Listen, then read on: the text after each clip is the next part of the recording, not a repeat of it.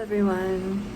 Alright, so I actually wasn't going to film this video tonight, but I've actually received quite a few messages in regards to my journey on Qsymia that I have been logging on here. By the way, I'm sorry if it's a little dark, the lighting is a little weird. It's nighttime. I'm sitting outside right now, so it's nice out here. But for anyone who's new to the channel or new here, you can go back and either watch the video about Qsymia, if you're interested, that is. If not, then you're probably not going to like this video because I'm just talking about the medication right now and my experience with it. But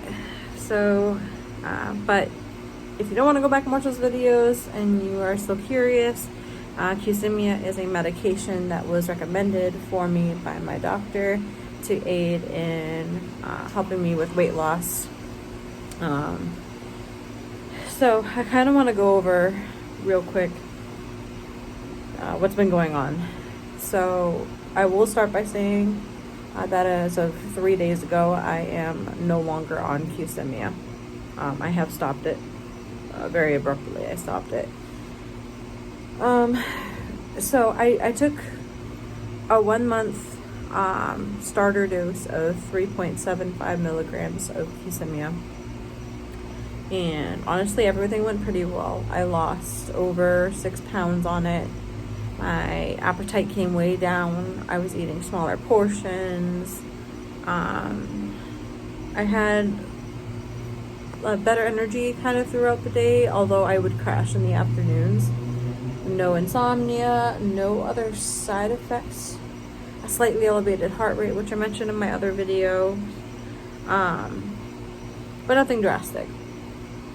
So it was on, I believe it was the 15th of December that I had started on the next dose up, which is 7.5 milligrams of Qsymia. And that is as far as what I've read, like the standard dose that people usually stay on to maintain weight loss, like to continue losing weight. And then from there you can go up a dose or two, depending on what you need and how your body is responding. But for me, I had just got up from starter dose to 7.5. I got 1 week into it, no problems. Aside from my dry mouth that I had mentioned, and my heart rate being still just slightly elevated. It didn't get any worse, by the way, with the 7.5. That wasn't an issue. Aside from that, I didn't have any issues. I wasn't having panic attacks. I didn't have insomnia. I didn't have any of the stuff that I had been reading about that I assumed would be an issue.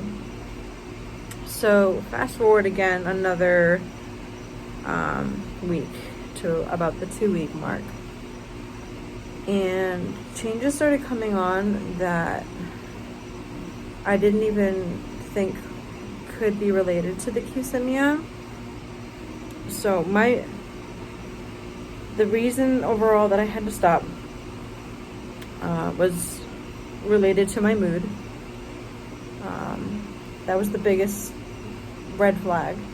So I noticed suddenly that I was becoming very upset by very small things. So something that might generally make you like a little sad would make me like very, very upset. Like bursting out crying, like ridiculous. Like I felt very out of control, I guess you could say, like on myself. So in my brain, I was very aware of the fact that I was not responding like logically, like, or how the way I normally would, at least. So I was looking at myself and I was like, okay, that's a little weird. Why are you so like touchy? Like I knew something was off. But I think the first 2 or 3 days I chalked it up to like a few different things. I was like, oh, maybe you're having like a hormonal issue, or maybe it is just, you know, general stress, the holidays, work, that. And then I think got another day in or so, and I was like, okay, maybe it's seasonal affective disorder. I've had that for a long time. But never like quite like this. Excuse me. Sorry, I'm still recovering from being sick. So, I don't know, I kept thinking it was every other thing and trying to, do the normal things I would to cope. So, listening to music and, doing things like self-care and everything like that. All that stuff that, I typically have learned to do over the years, dealing with things like seasonal affective disorder, things like that. And then I'm not even kidding you, it went from like 0 to 100. This was like a seriously deep depression like I haven't felt in over like 10 plus years. It took me backwards to a really, really bad place. And I think that's when I knew something was wrong. And I knew I had completely lost control of everything. I couldn't talk to people suddenly anymore. I couldn't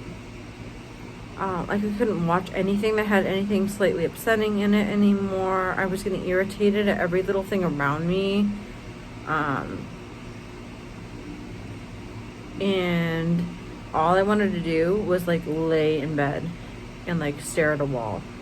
I had no appetite. My appetite went away completely. It was serious. I mean, I spent I think I cried 6-7 times a day. So, and I knew, in my mind, I knew, I could see it almost in a third person's perspective. I was holy crap, I have no control over this anymore. Something's really wrong. I knew I was not myself anymore. And it was so drastic. I mean, my fiance, if he was here, he would say it too. He kept commenting. He's like, I've never seen you so depressed before. I've never, it was just really bad out in public. The way I would talk to people changed. It was affecting work. I could not believe how much of a change I was seeing. And it's the opposite of everything that I would expect from the medication. Because I was expecting, everyone said, the high heart rate, anxiety, that type of stuff. So I was thinking upper type stuff. I was gonna worked up, or maybe I'd be irritable and angry, or panic attacks, that type of thing. So I was not expecting depression, and especially that type of depression. This was some bad depression. And so, and I just, something hit me. I got to this one morning a few days ago where it was about an hour before I would normally take the medication, and full-blown panic. I just I had this dread, and something was don't take that medication, don't do it. You don't want to take this medication right now. So I reached out to my doctor immediately, and I explained to him what was going on. I also explained that I've been sick for quite a while now and having some other issues, which he later explained that this could have been contributing to that as well. So another reason that we stopped this. But the red flag was the mood. So I messaged him right away. I was like, hey, I'm due to take my medication this morning. These are the effects that I'm seeing right now. And I told him, I said, what should I do? And his response was that, if from what he's seen, I should be stopping the medication. I need to stop the medication. And that's all I needed. I did. I did not take it that morning. Excuse me. And when I tell you that the following day, it was like something was lifted off of me after not taking this medication. Just 24 hours later, I already had felt a difference.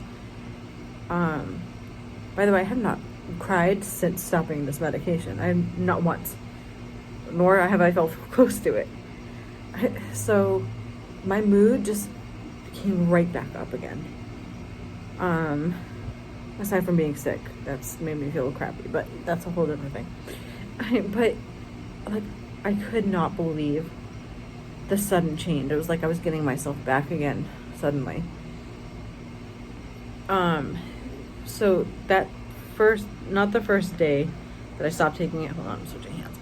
The day after was the first day I had any like negative effect of stopping the medication, and that was about dinner time the following day. I started having panic attacks. Now, I know what panic attacks feel like. Had I not known what a panic attack feels like, I probably would have gone to the ER, but I'm very well aware of what they feel like. And for anyone who does not know or has not experienced them, you are very lucky. But they feel very, very physical. They don't feel like, oh my gosh, I feel like I'm anxious right now, or scared of something, or like there's not even a thought process for me behind it. It is purely physical when it happens. It feels like almost like everything from your neck down through your chest is like there's an air pump in there, and somebody's pumping air in, and everything's tightening and tightening and tightening, like all up your neck and in your chest, and you can't breathe suddenly. You can't get enough air in. It's very physical, and then you start feeling like you're almost like you're separating from your own body. And if you let yourself start thinking about what you're feeling too much, that's when it progresses and it gets worse. You can't, so in my mind, so having dealt with them before, the panic attacks, for me, I notice them. I have to be aware that it's happening, like that, hey, this is just a panic attack. You're not going to die. You've lived through this a million times. It's nothing's here right now causing this for you. And I kept in my mind that I knew, hey, you're coming off of the medication that was like an extreme downer for you, and this is probably what you're seeing now that you're off of it. You're seeing the anxiety kick back at you. So for me, like, I have to put that in my mind, but then I have to stop thinking about it, and I have to get myself focused on something else, something calming or happy, or something like that. And yeah, when I had this happen, I was actually driving. I was with my fiance.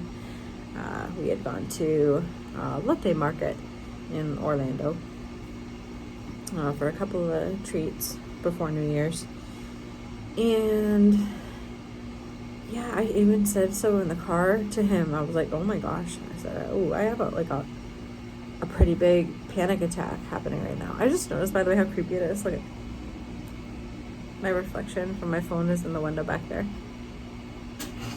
It's like vlogception. But anyways, so yeah, I had 2 or 3 of those that night. And then since then, 1 or 2 minor ones. Like I said, this is day 3, I believe, off of the medication. But man, when I tell you, I will take those any day over what I was feeling. Heck, I will take the strep and the COVID that I've been dealing with over what I was feeling. It was that bad. I'm not even kidding. It was that bad. Now, I will say, this is not to scare anybody else who is on this medication. I've read more positive things in groups that I've gone to about this medication than I have negative. A lot of people do perfectly fine. Very few or even no side effects from this medication. So, I was just one of those cases that has this happen. It is something that can happen. My doctor told me that this is something that does happen in some people. So I will say, if you are on Qsymia or going on to Qsymia or changing doses, pay attention to your mood. They say that sometimes people will kind of come out of it like after a few weeks, but for me it was bad enough that I just could not do that. It was very dangerous for me. So for me, it just was not an option. But for you gotta listen to yourself. So if you feel the same as I did, if you feel like you're hitting a point or your mood is really being that affected that it is hurting your life or something in some way, then tell your doctor right away. Don't hesitate. So reach out to them immediately. But if it's something you feel like you can deal with, you can always try. I recommend joining some of the support groups that are online for other people who are on Qsymia. They're out there. They're on Facebook and places like that. So you might be able to find support from other people who have dealt with similar things and may have some advice to help you get through it if you're really wanting to try to push through. But yeah, so that was my experience, and it was a scary one. That being said, I am not giving up. I am still working with my doctor and on this weight management program. It just means that I've got to try another option. So the big thing is going to be trying to find what medication my insurance will cover.